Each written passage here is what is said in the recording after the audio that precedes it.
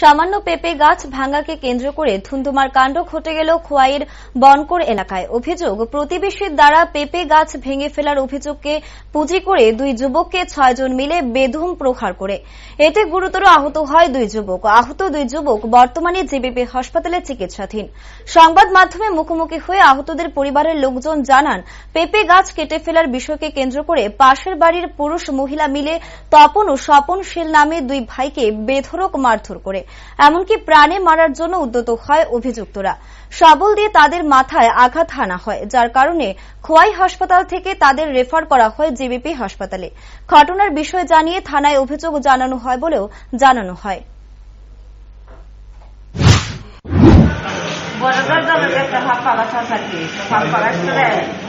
মহিলারা বাইরে কাগজ চলতে আছে এখন হেরবাবা করতেছি কইয়া হেরবার দেখি চলছিলাম কই দেহ সব পাশ আমি মাত্র না থাক ওর দূরে কথা এরপরে জন্য মন্দির বহার জগৎ আছে বর্তমান না এরপরে কয় পুরো মন্দির হয় কিছু শক্তিশাল এটা হয়ে গরম দশার মধ্যে তারা মনে করে দুমাস তো মনে হচ্ছে বাইরে পরে তারা দৌড়ে গেছে।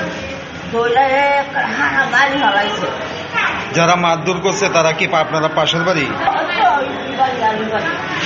শুধু পাপ্পা গাছ মানে ভাঙার কারণে কি মানে এই সমস্যাগুলি হয়েছে? এরপরে করা হতার মাঝে ঠিকানা দিয়ে গেছে ওইটা বলে আমরা বলে করছি, আমরা বলে বাদ মাস মাইরা লাইতাম ওইটা 25 তুলবো দুই বাইরে দিচ্ছে। কতজনে মিললাম আছে আপনার দুই ছেলে?